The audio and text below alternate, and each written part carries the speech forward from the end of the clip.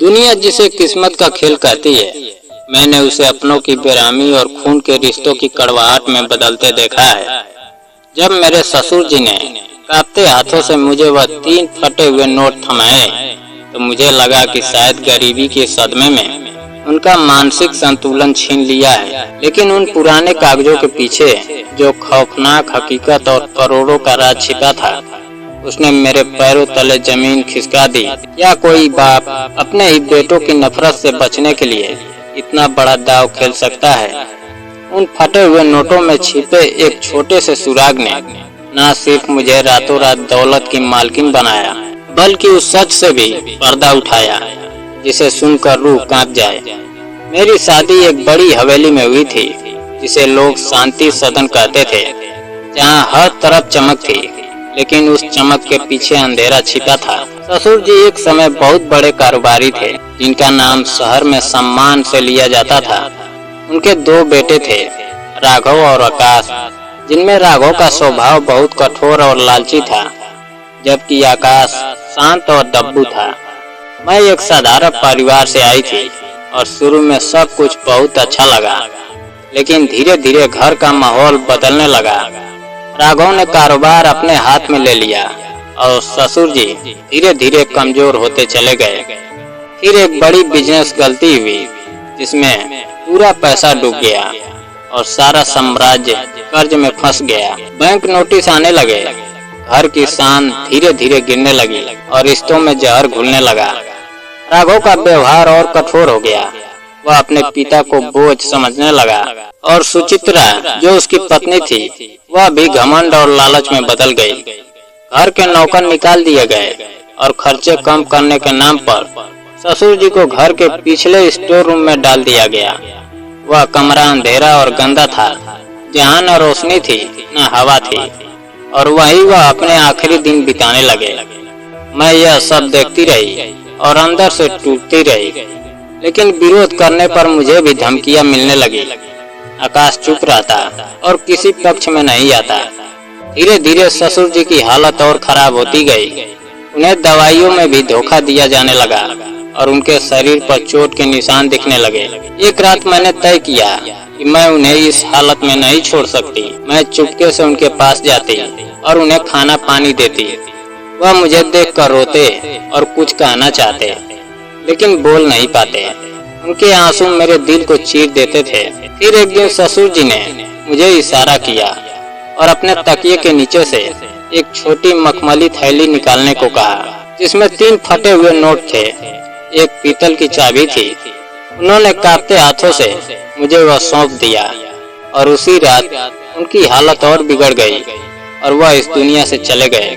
उनकी मौत के बाद राघव और सुचित्रा पागलों की तरह खजाने की तलाश करने लगे, लेकिन उन्हें कुछ नहीं मिला।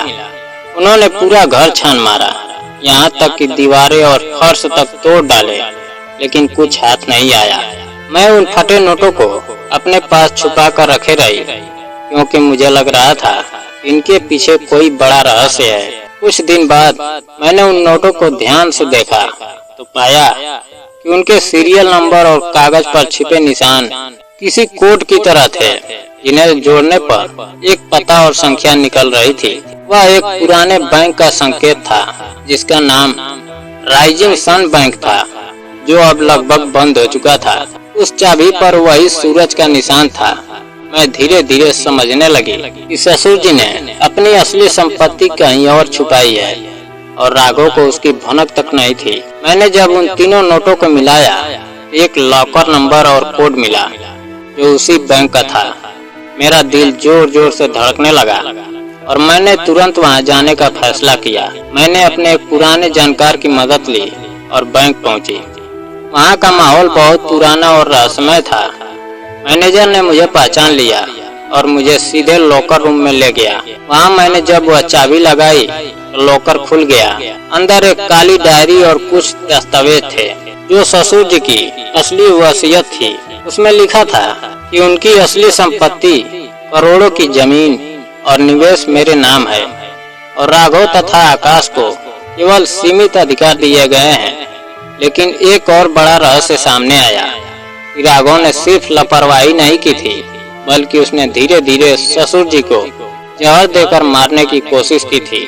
डायरी में हर घटना का रिकॉर्ड था और वॉइस रिकॉर्डर में ससुर जी की आखिरी आवाज थी, जिसमें उन्होंने साफ कहा था कि अगर यह रिकॉर्ड सुना जा रहा है तो इसका मतलब उन्हें मार दिया गया है और उनका अपना बेटा ही इसका जिम्मेदार है। मेरा शरीर कांपने लगा और आंखों से आंसू बहने लगे। मैं समझ गई कि यह सिर्फ संपत्ति की लड़ाई नहीं थी, बल्कि एक खतरनाक साजिश थी। मैंने वह सारी फाइलें और सबूत अपने पास रख लिए और पुलिस से संपर्क किया।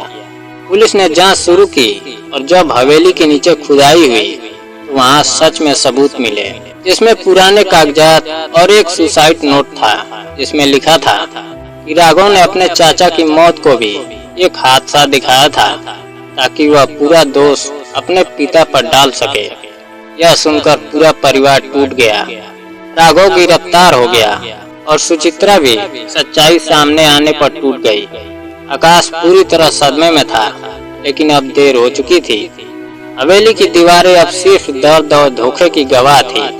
मैंने उन 3 फटे नोटों को देखा जो अब मेरे लिए सिर्फ कागज नहीं बल्कि एक इंसानियत का प्रतीक बन चुके थे, जिन्होंने मुझे सच तक पहुंचाया और एक पूरे परिवार के पांव उजागर किए। बाद में मैंने उस संपत्ति का उपयोग गरीबों और बेसहारा लोगों की मदद के लिए किया और एक ट्रस्ट बनाया, जिससे कई लोगों की जिंदगी बदल गई। मैं समझ गई कि असली खजाना पैसे में नहीं बल्कि उस भरोसे और सच्चाई में है जो ससुर जी ने मुझ पर किया था। उन्होंने मरते वक्त जो खेल खेला वह क्रूर जरूर था, लेकिन उसी ने सच को बाहर निकाला और मुझे सही रास्ता दिखाया। आज भी जब मैं उन 3 फटे नोटों को देखती हूँ तो मुझे ससुर जी की आंखें याद आती हैं, जिन्होंने बिना बोले मुझे सब कुछ समझा दिया था।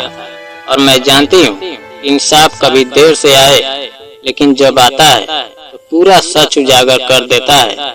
और यह कहानी वही खत्म नहीं होती, क्योंकि कुछ सवाल अभी भी बाकी रहते हैं कि क्या सच में हर परिवार में एक राघव छिपा होता है, और क्या भरोसा हमेशा टूटने के लिए ही होता है, या फिर कुछ रिश्ते आखिरी सांस तक उम्मीद बनकर रहते हैं।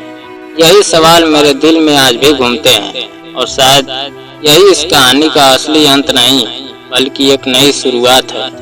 दोस्तों, अगर कहानी पसंद आई हो तो वीडियो को लाइक और चैनल को सब्सक्राइब करना ना भूलें। जय हिंद।